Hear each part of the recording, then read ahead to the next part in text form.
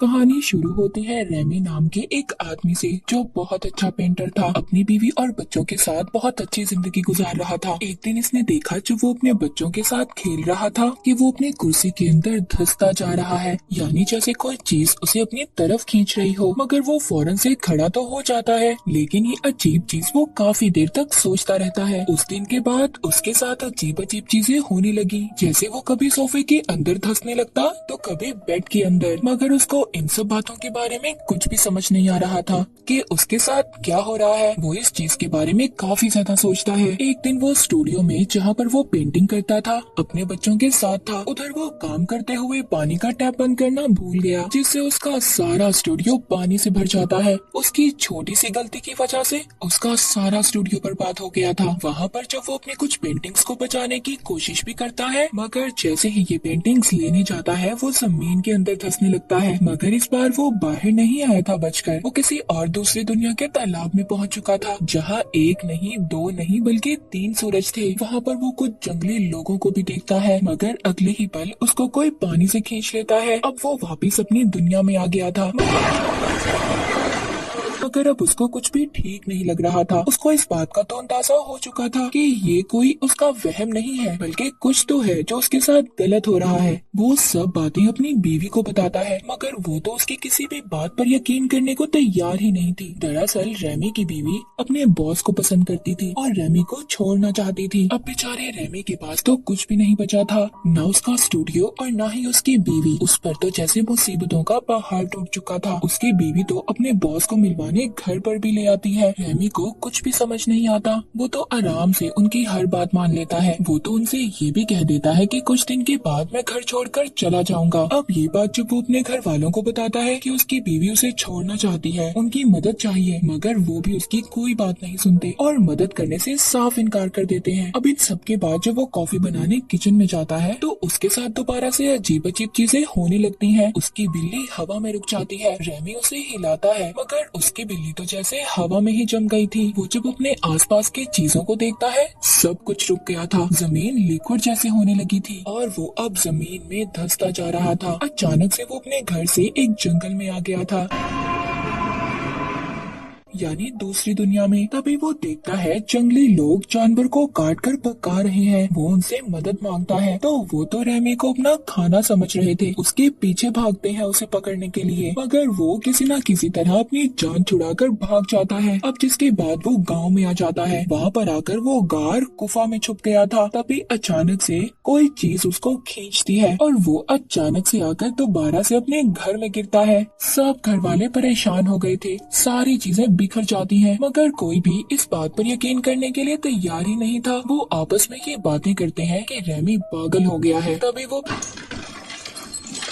बेहोश हो जाता है। अब उसकी आंख हॉस्पिटल में खुलती है, मगर डॉक्टर भी उसकी किसी बात पर यकीन करने के लिए तैयार ही नहीं थे। अब रेमी जब अपने स्टूडियो में जाता है तो वहाँ पर बैंक वाले कस्टमर्स सब उससे पैसे लेने आए हुए थे, लेकिन अचानक से सब हिलना बोलना बंद कर देते हैं। वो दोबारा से जमीन के अंदर जाने लगा था। वो सबको बुलाता है, देखो मेरी तरफ, मगर कोई भी नहीं बोल रहा था। बोलते भी बेचारे कैसे, सब जम गए थे। अब वो तीसरी बार उस दूसरी दुनिया में पहुंच गया था। वहाँ पर बहुत सारे जंगली लोग थे, जिन्हें देखकर ऐसा लग रहा था कि जैसे वो इसी का इंतजार कर रहे हों। इशारों ही इशारों में इसे उनकी बात समझ आती है कि वो इसे उड़ने का कह रहे हैं। रेमी को ऐसा लग रहा था कि शायद वो उड़ सकता है। वो जोश में उड़ने लगता है, मगर बेचारा नीचे जाकर गिरता है। वो उसको वहाँ पर जबरदस्ती जादुई फल खिला देती हैं। अब उस फल के खाने की वजह से रेमी भी उनकी जुबान को समझने लगा था।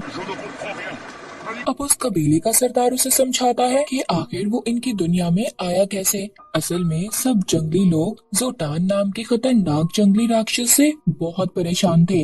वो किसी को भी उठाता था और मारकर खा जाता था। कबीले के लोगों को अपनी एक पुरानी किताब से ये पता चला कि दूसरी दुनिया का आदमी ही उन्हें इस राक्षस से बचा सकता है। इसीलिए जादू कर वो रेमी को अपनी दुनिया में लाने की कोशिश कर रहे थे। हमें यहाँ पर पता चलता है जो भी रेमी के साथ हो रहा था वो सिर्फ इनके जादू की वजह वजह से हो रहा था, मगर वो इनकी मदद करने से साफ इनकार कर देता है। इसको मनाने के लिए वो जंगली आदमी इसे उल्टा भी लटका देते हैं, इसे एक जगह पर बंद भी कर देते हैं जहाँ पर ये जोटान को मारने का प्लान सोचेगा। अब वहाँ पर जैसे ही ये तरबूज को उठाता है, वापस से अपनी दुनिया में आ जाता है। इस बार ये किसी को कुछ नहीं बताता, क्योंकि ये जान चुका था कि कोई भी इसकी बात पर यकीन नहीं करेगा। वो लाइब्रेरी जाकर गूगल से भी सर्च करता है, मगर कोई फायदा नहीं था, उसे कुछ भी नहीं मिलता। अब ये सबसे तंग आकर ताकत की चीजें लेना शुरू कर देता है कि ये जोटान राक्षस को हरा सके, क्योंकि ये जानता था ऐसे तो कबीले वाले इसे नहीं छोड़ेंगे। अब वो दोबारा से कबीले के जंगली लोगों के पास पहुंच चुका था। वहाँ पर वो लोग उसको तलवार देते हैं और पूछते हैं, कहते हैं हम जोटान से कैसे बचेंगे। वो कहता है तुम्हें अपना गांव बदलना होगा, ऐसा करते हुए मैं तुम्हारी मदद करूंगा। मगर उन लोगों का ये मानना था अगर उन्होंने गांव को छोड़ा तो उन पर बिजली गिर जाएगी और सब लोग मर जाएंगे। रेमी खुद उन्हें पहले गांव से बाहर आकर दिखाता है, उसे कुछ नहीं होता। अब देखते ही देखते सभी कबीले के लोग उसके पीछे चलने लगते हैं। रास्ते में जोटान के दो आदमी उन्हें तंग करते हैं, मगर रेमी बहुत ही बहादुरी से उनका मुकाबला करता है और वहाँ पर एक को तो मार भी देता है। जिसके बाद कबीले के सभी लोग अब उसे अपना सरदार मानने लगे थे। वो वापस से अपनी दुनिया में आकर लड़ाई करने के नए नए तरीके ढूंढने लगा कि कैसे हम अपने दुश्मन को हरा सकते हैं। जिसके बाद वो कबीले वालों के पास जाकर उन्हें भी ये सब बताता है। उनके अंदर एक जज्बा पैदा करता है कि कैसे वो अपने प्यारों की हिफाजत कर सकते हैं।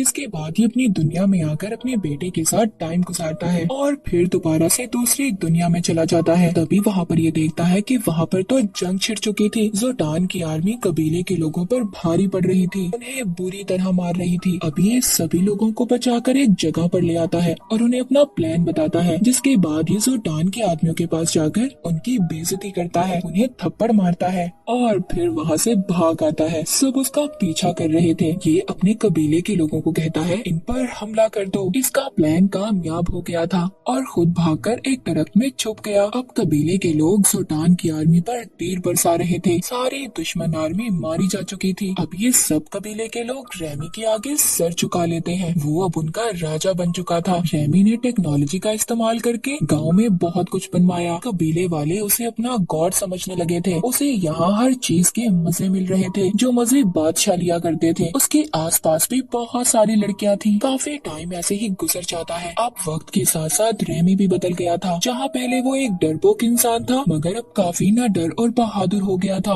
वो कबीले वालों के साथ गुलामों जैसा सलूक करने लगा था। पहले तो सब उसके हुक्म को मान रहे थे, मगर अब आहिस्ता आहिस्ता वहाँ के लोगों ने उसके खिलाफ बोलना शुरू कर दिया। रेमी ने उनसे बात करने की कोशिश भी की, मगर कोई नहीं माना। वहाँ के कुछ लोग अब रेमी को पकड़कर मारने वाले थे। तभी वो जमीन के अंदर धंस जाता है।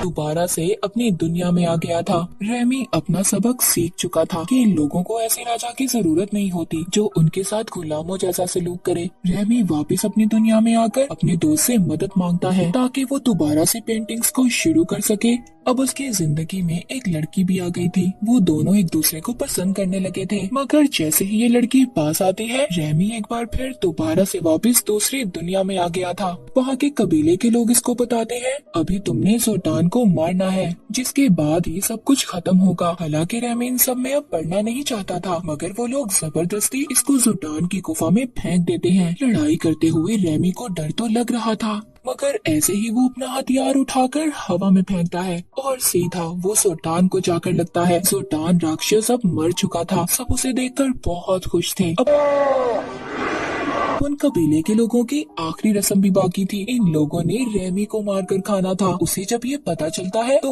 वो तो डर कर भागता है, मगर वो आदमी जिसने जादू कर कर रेमी को इस दुनिया में बुलाया था, वो अपनी एक चीज को आग में फेंक देता है, जिससे रेमी कभी भी अपनी दुनिया में नहीं जा पाएगा। कबीले के सब लोग उसे पकड़ लेते हैं और मारने ही वाले थे। तभी कुछ लोग उस चलती हुई चीज को उठाकर पानी में फेंक देते हैं, जिससे रेमी बच जाता है। अब वो सीधा हॉस्पिटल पहुँच गया था, जहाँ पर उसकी बीवी और वो लड़की भी थी जो उसे पसंद करती थी। जब उस लड़की को पता चलता है कि इसकी बीवी के साथ इसका डिवोर्स अभी तक नहीं हुआ तो वो उसे छोड़कर वहाँ से चली जाती है। इसकी बीवी को भी अब ये एहसास हो गया था कि उसने जो भी किया वो उसकी बहुत बड़ी गलती थी। वो रेमी से माफी मांगती है। उधर दूसरी दुनिया में जंगली लोगों ने रेमी का स्टैचू बनाकर हमेशा के लिए उसे याद रखा था। मूवी के आखिर में रेमी अपनी बीवी और बच्चों के साथ समुद्र के किनारे था। सब कुछ बिल्कुल ठीक हो चुका था। सब लोग बहुत खुश थे और इसी हैप्पी एंडिंग के साथ ये मूवी यहीं पर